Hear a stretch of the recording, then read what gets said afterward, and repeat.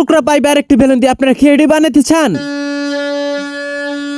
যেটি ঘন্টার পর ঘন্টা বাজবে। তো এটা আমি কিভাবে বানাই দেখুন। তো সর্বপ্রথম একটি পাইপ নিলাম, পাইপ রেখে একটা টুকরা করে আমি বেলুনের ভিতর দিয়ে যে আরেকটি পাইপ রয়েছে সেই পাইপটি উপর দিকে দিয়ে দিলাম। এখন উপর দিকে যে প্রথম বেলুনটি ঢুকেছিলাম সেই জায়গার মধ্যে আমি ভালোভাবে টেপটি মেরে নিতেছি, না হলে এটা আবার বেরিয়ে আসবে। তো আপনারা দেখুন টেপ পারা শেষ হলে আমি বেলুনটি একটি ফুলিয়ে, অনেকের বেলুন আবার পাতলা থাকে তার জন্য এটাকে একটু ফু দিয়ে আস্তে আস্তে নেওয়া লাগবে, না হলে বেলুনটা একবার ফুটে যেতে পারে। তারপর দুই সাইডে এইরকম ভাবে ভাঙ্গা দিবেন, সুন্দরভাবে সমানভাবে ভাঙ্গা ঠান দিয়ে ভাঙ্গা দিয়ে এটার মধ্যে কষ্টেপটি লাগিয়ে নেবেন। জাস্ট এইটুকুই কাজ হয়ে যাবে সম্পূর্ণ। আর আমি কিন্তু এখানে দুইটা বেলুন বানিয়েছি, একটা না। তো আপনারা দেখতে পাবেন দুইটা দুইভাবে ফুলাবো। এটা সম্পূর্ণ শেষ হওয়ার পর এখন আমি এটাকে ফু দিয়ে নিতেছি। তো আপনারা আওয়াজটি শুনুন।